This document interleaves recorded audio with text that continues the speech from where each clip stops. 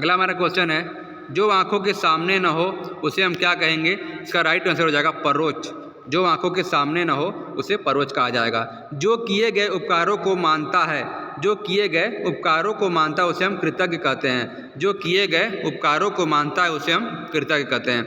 आइए बच्चों आगे देखते हैं। जिस स्त्री का पति जीवित हो उसे क्या कहेंगे? जिस स्त्री का पति जीवित हो उसे सधवा कहेंगे। जिस स्त्री का पति जीवित हो सधवा कहेंगे। अगला हमारा है, फेंक कर चलाए जाने वाला हथियार को क्या कहेंगे? इसका राइट आंसर हो जाएगा अस्त्र।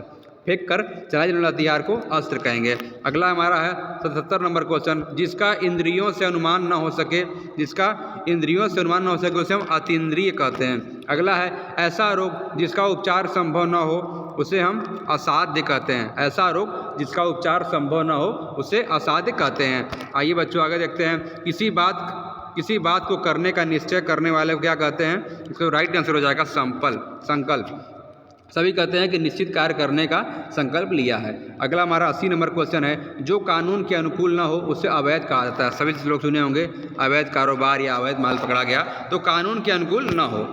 आइए बच्चों आगे देखते हैं। 81 नंबर है, वह स्त्री जिसका पति परदेश से आने वाला हो, वह स्त्री जिसका पति परदेश से आने वाला उसे आगामिस्त्य तपितिका कहते हैं। आगामिस्त्य तपितिका कहते हैं। आइए बच्चों आगे देखते हैं। 82 नंबर हमारा क्वेश्चन है, जो पूजा के योग्य हो उसे क्या कहेंगे? उसे पूज्य कहेंगे। जो पूजा के योग्य हो उसे पूज्य कहेंगे। 83 नंबर है, जिसका कोई शत्रु पैदा नहीं हुआ हो उसे क्या कहेंगे? इसका राइट आंसर हो जाएगा अजात शत्रु। जिसका कोई शत्रु पैदा न हो उसे अजात शत्रु कहा जाता है। अगला है, जल समुद्र में लगने वाली आग को क्या कहते हैं? जल समुद्र लगने वाली आग को बड़वाग्नि कहते हैं। जल समुद्र में लगने वाली आग को डी हो जाएगा बड़वाग्नि। पेट की आग को क्या कहा जाता है? तो पेट की आग को हम क्या कहेंगे? इसका जो राइट आंसर हो जाएगा जठराग्नि। पेट की आग को, पेट में जो भूख की आग को जठराग्नि कहते हैं। अगला है, विशिष्ट अवसर पर विशिष्ट लोगों के समझ दिया गया विद्वत्पूर्ण भाषण को क्या कहा जाता है? इसका जो राइट आंसर हो जाएगा अभिभाषण। विशिष्ट समय पर, जैसा कि आप सुनते होंगे कि प्रधानमंत्री या कोई राष्ट्रपति अपना अभिभाषण देंगे, अर्थात विशिष्ट अवसर पर विशिष्ट लोगों की समझ दिया गया भाषण ही अभिभाषण कहलाता है। 86 हो गया।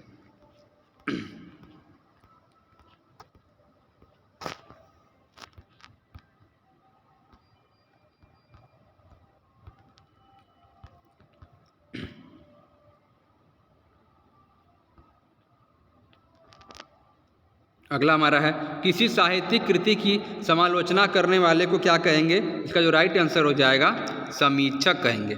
अगला, किसी के पास रखी दूसरे की वस्तु को हम क्या कहेंगे? इसका जो राइट आंसर हो जाएगा बपौती। किसी के पास रखी दूसरे की वस्तु को बपौती शायद कहा जाता है। 88 का जो राइट आंसर हो जाएगा सी हो जाएगा धाती। किसी के पास, सॉरी गलत हो रहा है क्वेश्चन, किसी के पास रखे दूसरे की वस्तु को हम क्या कहेंगे?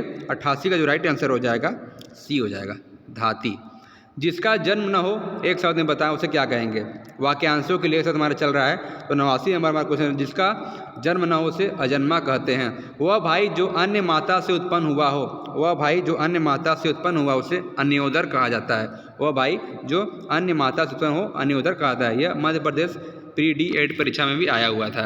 अगला का हमारा क्वेश्चन है, जिसका कोई बराबरी ना हो, जिसके बराबर कोई ना हो उसका राइट आंसर हो जाएगा अनुपम। जिसके कोई बराबरी ना हो उसका राइट आंसर हो जाएगा अनुपम। गोद में सोने वाली स्त्री को क्या कहेंगे? तो गोद में सोने वाली स्त्री को अंकसायिनी कहेंगे। अंकसायिनी कहा जाता है। अगला हमारा 93 नंबर क्वेश्चन है, जो ईश्वर में विश्वास रखता हो उसे क्या कहेंगे? तो उसे आस्तिक कहेंगे। जो ईश्वर में विश्वास रखता हो उसे आस्तिक कहा जाता है। आइए बच्चों आगे देखते हैं। कष्ट में संपन्न होने वाला, कष्ट में संपन्न होने वाला हमारा जो है कष्ट साध्य कहा जाएगा। कष्ट में संपन्न होने वाले को कष्ट साध्य कहा जाएगा। आइए बच्चों आगे देखते हैं। जो व्यर्थ की किसी संस्था के 25 वर्ष पूरे, इस संस्था के 25 वर्ष पूरे होने पर होने वाले उत्सव के लिए शब्द क्या है? उसका जो शब्द है स्वर्ण जयंती, अर्थात 25 साल पूरे हुए। इसका जो राइट आंसर हो जाएगा रजत जयंती। संस्था के पूरे होने पर 25 वर्ष पूरे होने पर होने वाले शब्द का नाम है रजत जयंती कहा जाएगा। जो व्यर्थ की बातें करता हो उसे क्या कहेंगे? जो व्यर्थ की बातें करता हो उसे हम 96 का जो राइट आंसर हो जाएगा वाचल कहते हैं। जो व्यर्थ की बातें करता हो उसे वाचाल कहते हैं। अगला है जो देखने में प्रिय लगता है उसे प्रियदर्शी कहा जाएगा। आइए बच्चों आगे देखते हैं। एहसान न मानने वाले को क्या कहा जाएगा? एहसान न मानने वाले को क्या कहा जाएगा? इसका जो राइट आंसर हो जाएगा कृतज्ञ। एहसान न मानने वाले को हम कृतज्ञ कहते हैं। जिसे कठिनाई से जीता जा सके उसे क्या कहेंगे? जिसे कठिनाई से जीता जा सके उसे हम कहेंगे अजेय कहेंगे। अगला है हमारा अजेय कहेंगे। बचपन और जवानी के बीच की अवस्था को क्या कहा जाता है? बचपन और जवानी के बीच की अवस्था को क्या कहा जाता है? इसका जो राइट आंसर हो जाएगा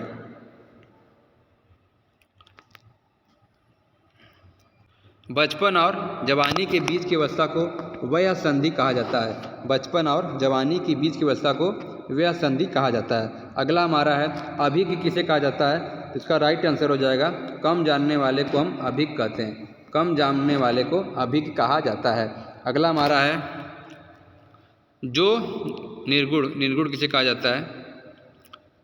4 ऑप्शन दिए हुए हैं। जो सत्व रज निम गुण से भरे हो, जो सत्व रज व तीन गुण से भरे हो, जिसे मल न हो, जिसका कोई मूल न हो। अर्थात जो इसका जो राइट आंसर हो जाएगा 120 का ए हो जाएगा, 102 का।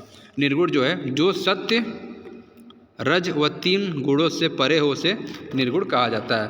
अगला देखते हैं जो गणना योग्य न हो। जो गणना योग्य न हो उसे हम क्या कहेंगे? असंख्य कहेंगे।